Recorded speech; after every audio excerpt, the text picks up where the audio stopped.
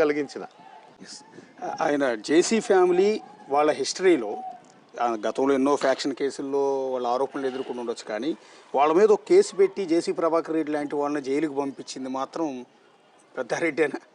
అదేం కాదు, కానీ చట్టరీత్యా చేయాల్సి వచ్చింది, వాళ్ళు చేసినారు అంతే తప్ప నేనేం అధికారిని ఏమన్నా వాళ్ళ జైలు కంపెనీకి తీసుకున్నాను. అట్లుంటే నాకు అధికారం ఉంటే శాశ్వతంగా ఆ కేసులు తగ్గేంత వరకు జైల్లోనే ఉందరు. అంటే ఒకసారి జైలు నుంచి బెయిల్ మీద విడుదలై బయటకు వచ్చిన సందర్భంలో సమ్ ర్యాలీ చేసేది అడవాడు చేశారని మళ్ళీ ఇమీడియట్గా జైలుకి పంపించినట్టున్నారు కదా.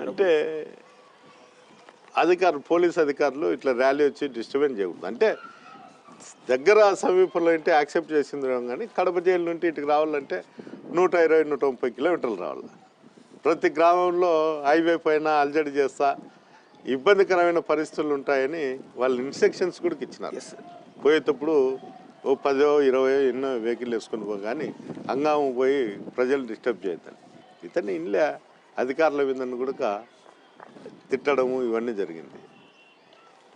ఒక అతను ఎస్సీ ఇన్స్పెక్టర్ ఉంటే అతన్ని కొట్టనీకి పోయినాడు, కేసు పెట్టినారు, మళ్ళీ తీసుకుపోయినాడు.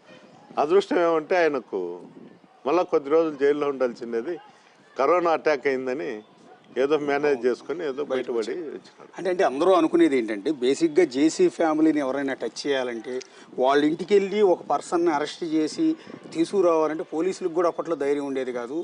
కేవలం పెద్దారెడ్డి ఎమ్మెల్యే అయిన తర్వాతే అధికారులకు కూడా బలం వచ్చింది, ధైర్యం వచ్చింది అని అంటూ ఉంటారు. అదేం కాదు, కానీ చట్టరీత్యా ఏం చేయాలో అది చేసినారు అంతే. కానీ గతంలో అదే చట్టం ఉంది, కానీ ఎప్పుడు కూడా చట్టం అంటే ప్రభుత్వాలు కూడా దాన్ని యాక్సెప్ట్ చేయాలి.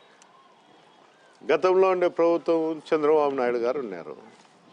దివాకర్ రెడ్డి అంటే ఏదో పెద్ద ఒక శక్తి అనుకోనో లేకపోతే రకరకాలుగా అనుకోనో దివాకర్ రెడ్డి పైన కేసులు పెట్టినా కానీ ఎన్ని సమస్యలు వచ్చినా కానీ చూసి చూడనట్లు పోయేవాళ్ళు.